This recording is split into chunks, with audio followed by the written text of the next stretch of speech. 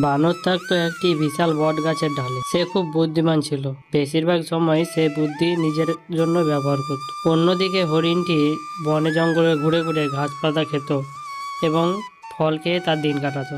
অনেক দিনই তো হলো হরিণ বন্ধুর সাথে দেখা করা হয়নি। আজ ওকে নিয়ে বের হবো, যদি ভালো কিছু খাবার জুটে।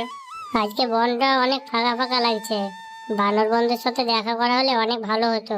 হঠাৎ করে বনের এক ঝর্ণার পাশে তারা দুজনে মুখোমুখি দেখা হয়ে গেল। আরে বানর বন্ধু, কি আশ্চর্য, আমি তোরই কথা ভাবছিলাম। আমিও বন্ধু তোরই কথা ভাবছিলাম, ভালোই হলো তোর সঙ্গে দেখা হয়ে গেল।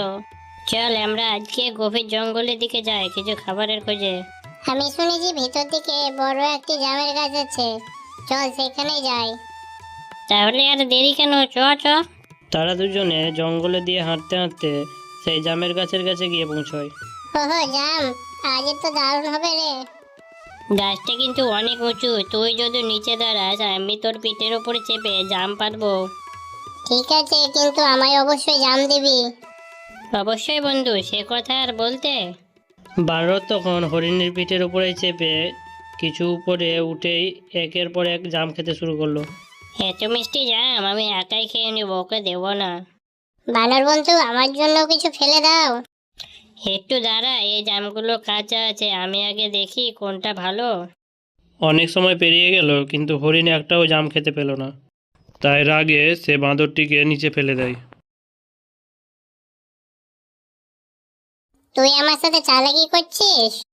ঠিক তখনই বাঘের একটা গর্জনে তারা দুজন থমকে গেল। দুইজনে তখন সেই জায়গা থেকে দৌড়ে পালালো নিজের যান বাঁচানোর জন্য।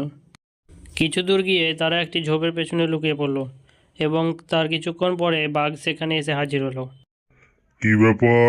এখানে যে একটা হরিণ আর একটা বাঁদরের গন্ধ পাচ্ছিলাম, কোথায় আছে তারা? দেখতে পাচ্ছি না আমি।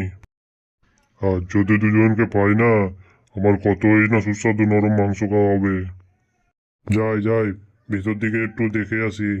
ও বাঁদর বন্ধু, দেখছিস এ তো আমাদের পেছন ছাড়বে না রে। ওটাই তো দেখছি, কি করা যায় বল। তুই এখানে থাক, আমি একটু আসছি, এখান থেকে নড়বি না, নয়তো তোকে খেয়ে নেবে। তখন বাঁদরটি হাঁটতে হাঁটতে সেই বাঘের কাছে গিয়ে পৌঁছয় এবং কথা বলতে শুরু করে। শোনো বাঘ বন্ধু, আমি হরিণের খোঁজ দিতে পারি, কিন্তু তার পরিবর্তে আমাকে ছেড়ে দিতে হবে। ঠিক আছে, তার বদলে তোকে ছেড়ে দেবো। নিয়ে চ আমাকে ওর কাছ। তখন বাঁদরটি বাঘটিকে নিয়ে সেই হরিণের কাছে গিয়ে পৌঁছয়। হা হা, হরিণ না।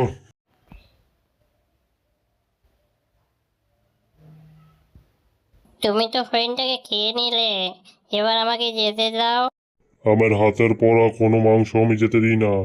আজকে তুইও মরবি। তখন বাঘটি সেই বাঁদরটিকে খেয়ে ফেলল। তাই বন্ধুরা, যেটা সবাই দেখায় সেটা সবসময় ভালো হয় না।